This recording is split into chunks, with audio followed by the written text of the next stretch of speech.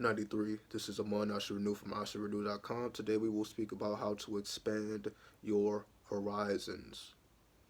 This comes from inspired thought.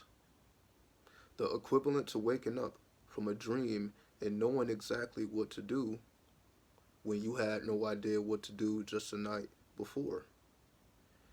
It is experiences like this that allows us to expand our horizons.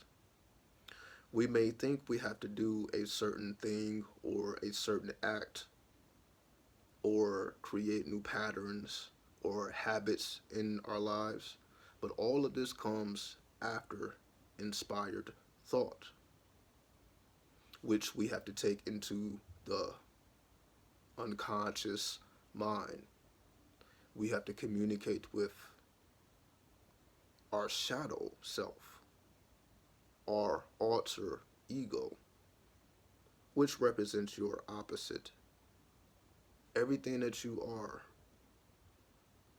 not, your opposite is. And because your opposite or your shadow represents your duality, it is through your shadow where you can receive this different perspective that allows you to act in ways that you may not have considered prior. Our consciousness is holistic. We are not just a conscious mind, we are also the subconscious and the unconscious. And when you combine the conscious, the subconscious, and the unconscious, you get consciousness. So consciousness is threefold.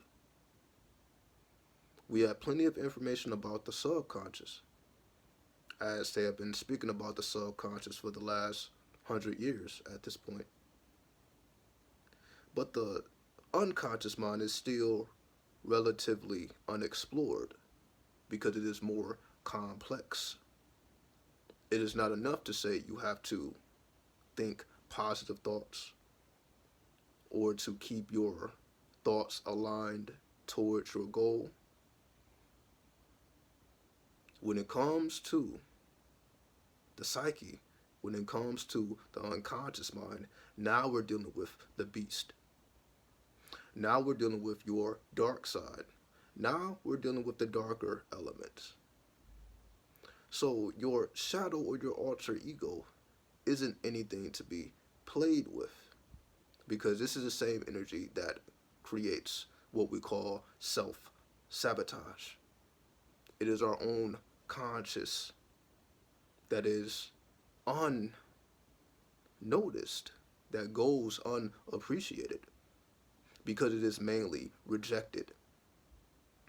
Because society may reject our shadow, it becomes suppressed because we have no avenue to express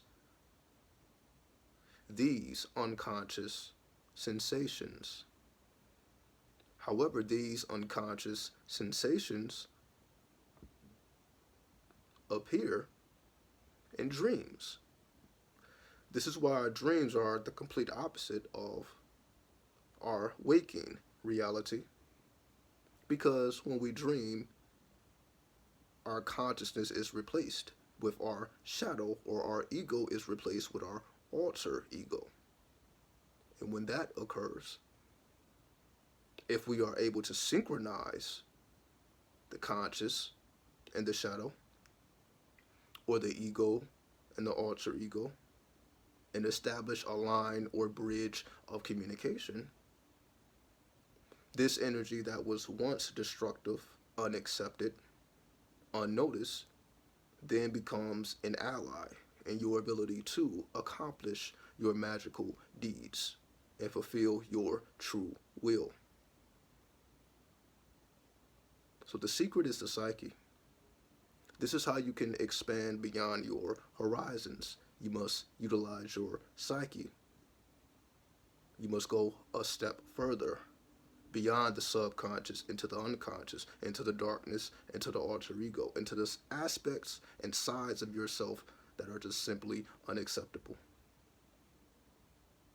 And you must find acceptance in the unacceptable till the unacceptable becomes acceptable to your own consciousness, not anyone else's, but your own. And when that self acceptance is practiced, when the alter ego and the ego merge as one, your magical self and your physical self, or your astral and your physical, become aligned. Your heart and your brain become aligned. Then there is simply nothing that cannot be accomplished with this synchronicity. And with that, I say 93.